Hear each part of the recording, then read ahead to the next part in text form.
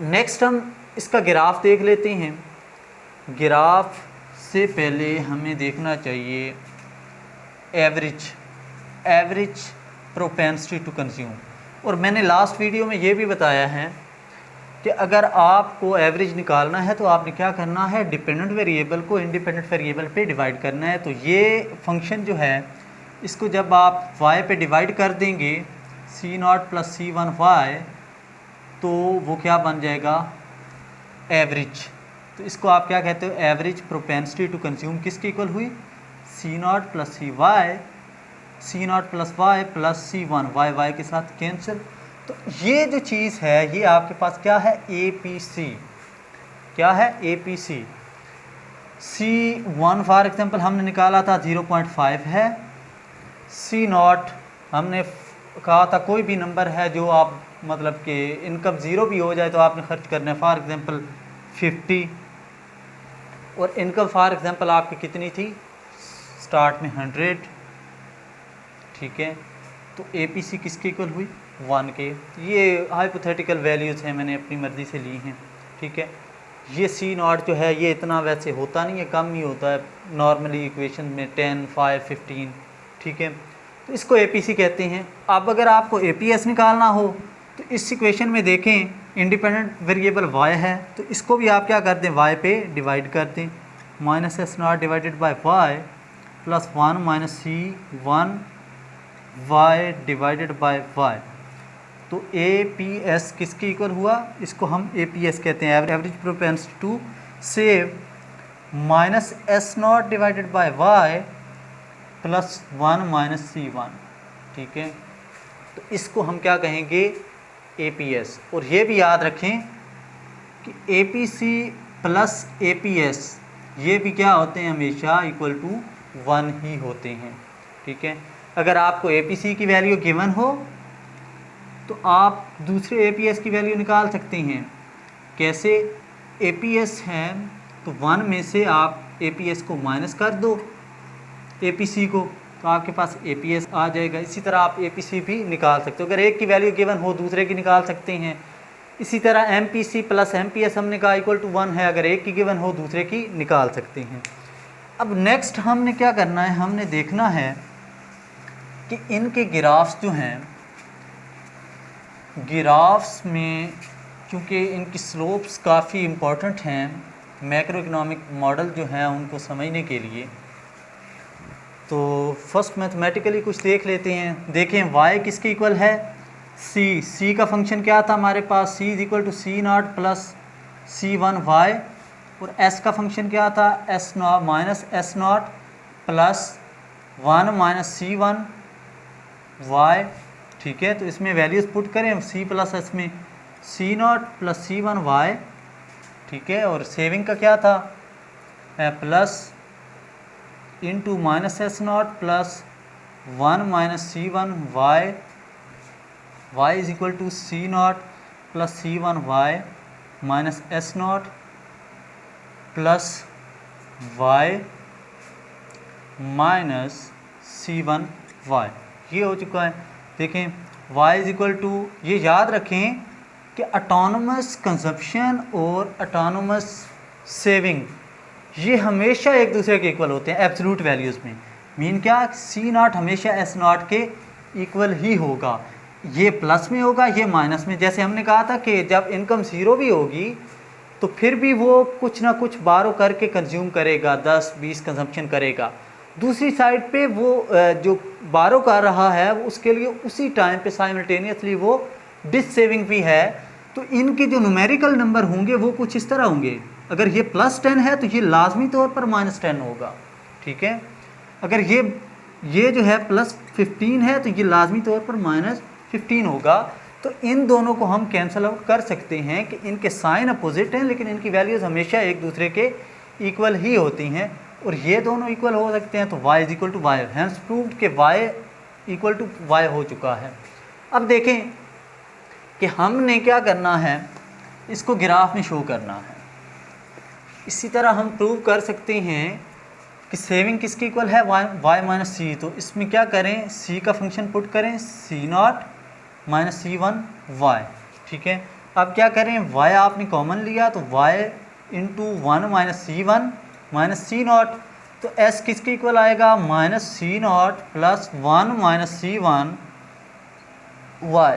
तो और करें, देखें 1 माइनस सी वन वाई, यहाँ पर माइनस सी नॉट आया है, तो मैंने पहले इसीलिए बताया था कि minus C naught is equal to minus S naught. दोनों क्या हैं, हमेशा एक दूसरे के एब्सोल्यूट वैल्यूज़ क्या होती हैं, इक्वल। तो अगर आप माइनस सी नॉट लेना चाहें ले सकते हैं, या इसको एस नॉट भी लिख सकते हैं, ठीक है। इसी तरह अगर आप ये प्रूव करना चाहते हो कि सी किसके इक्वल होता है, वाई माइनस एस के, तो C is equal to Y S का फंक्शन पुट कर दें प्लस एस नॉट और माइनस 1 सी का फंक्शन, एस का फंक्शन क्या था, 1 minus C one Y, C is equal to Y plus S naught minus 1 minus Y आएगा, फिर उसके बाद प्लस सी वन वाई आएगा। C is equal to Y, Y के साथ कैंसिल, तो S naught plus C one Y. देखें इसमें हमने सी नॉट ले रखा है, इसमें हमारे पास एस नॉट आया है, तो हम क्योंकि कहते हैं C naught is equal to S naught absolute values में, वैसे इनके साइन अपोजिट होते हैं, इधर एस नॉट आया इधर माइनस एस नॉट आया, तो आप इसको सी नॉट लेना चाहें, सी एस नॉट लेना चाहें, जो मर्ज़ी ले सकते हैं, ठीक है। अब हम इसको देखते हैं ग्राफ की हेल्प से कि ग्राफ में क्या होता है। तो देखें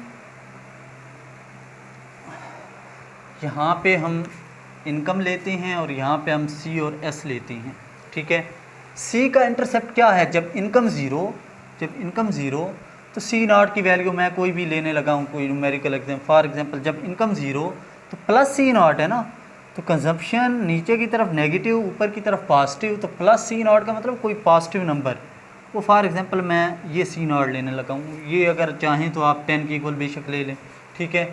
अब नेक्स्ट है C one Y, C one Y, C का क्या मतलब है, C one is equal to M P C, और हमें पता है कि M P C plus M P S हमेशा क्या होते हैं, इक्वल टू 1। तो आप ये कह सकते हैं कि सिर्फ एम पी सी और सिर्फ एम पी एस हमेशा इक्वल टू 1 नहीं होंगे, एम पी सी हमेशा क्या होगा, लेस देन 1, और एम पी एस पी हमेशा क्या होगा, लेस देन 1, दोनों मिलकर इक्वल टू 1 होंगे।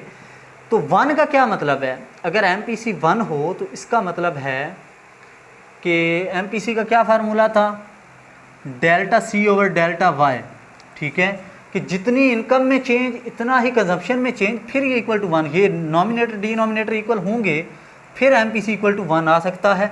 लेकिन M P C less than 1 का क्या मतलब है कि नीचे डिनोमिनेटर में ज़्यादा चेंज और नॉमिनेटर में कम चेंज, मीन के कंजप्शन में कम चेंज, इसमें ज़्यादा चेंज इसमें कम चेंज, तो उसके लिए हम इस तरह का कंजप्शन फंक्शन बनाते होते हैं, C is equal to C naught plus C one Y, ठीक है। ये लाइन 45 डिग्री लाइन नहीं है और ना ही इसकी स्लोप इक्वल टू 1 है, स्लोप इक्वल टू 1 नहीं है, क्यों, क्योंकि हमने कहा था कि आप देख सकते हैं कि ये चेंज इन y है और ये सी नॉट और ये सी वन, ये अगर y नॉट है और y वन, तो देखें ये जो y में चेंज है और ये जो c में चेंज है, इसमें क्या है, delta y is greater than delta c, that is why के इसकी स्लोप लेस देन 1 है, इसकी स्लोप क्या है, लेस देन 1 है।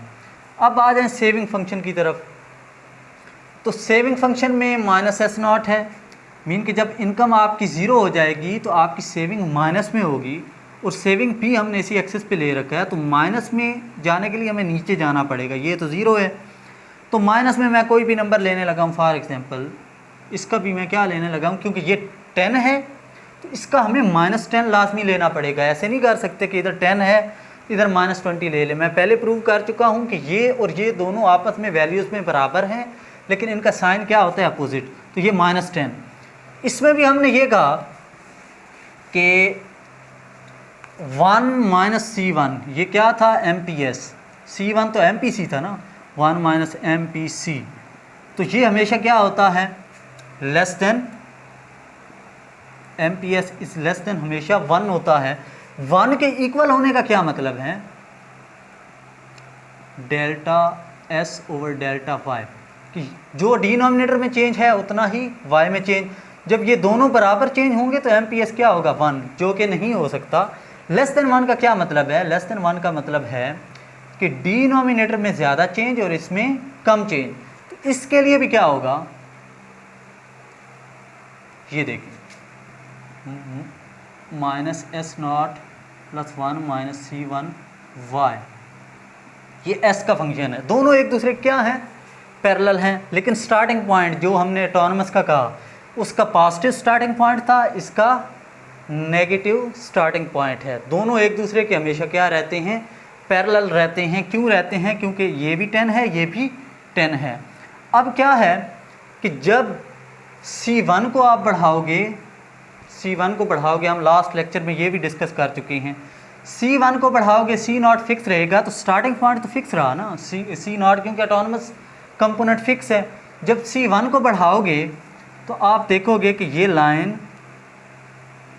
ऊपर को जाएगी, C not plus C1 Y, ये नया फंक्शन है। जब आपने C1 को बढ़ा दिया तो C1 और 1 माइनस C1 MPC और MPS में 1 to 1 रिलेशनशिप है कि जब आप C1 को बढ़ाओगे तो ऑटोमेटिकली क्या हो जाएगा, 1 माइनस C1 जो है वो कम हो जाएगा। फॉर एग्जांपल 1 माइनस 0.5 पहले था तो ये 0.5 आया ना। जब आपने C1 को बढ़ा दिया 1 माइनस 0.7 तो ये क्या हो चुका है 0.3। तो इसका मतलब है अब ये क्या हो चुका है 0.3 हो चुका है, इसकी स्लोप क्या हो चुकी है कम। इस केस में ये क्या होगा, ये नीचे की तरफ आएगा। ठीक है, s is equal to minus S naught plus 1 minus C1 Y. जब उसको आपने बढ़ाया तो इसको कम करना पड़ेगा, इसको बढ़ाओगे इसकी लाइन ऊपर जाएगी तो उसकी ऑटोमेटिकली क्या हो जाएगी नीचे। तो ये चीज़ समझने वाली है कि जब C1 को बढ़ाओगे तो ऑटोमेटिकली 1 माइनस C1 कम हो जाएगा, और जब 1 माइनस C1 को बढ़ाओगे तो इसका मतलब है आप C1 को कम कर रहे हो। तो ये ग्राफ था दोनों के सेपरेट फंक्शंस का।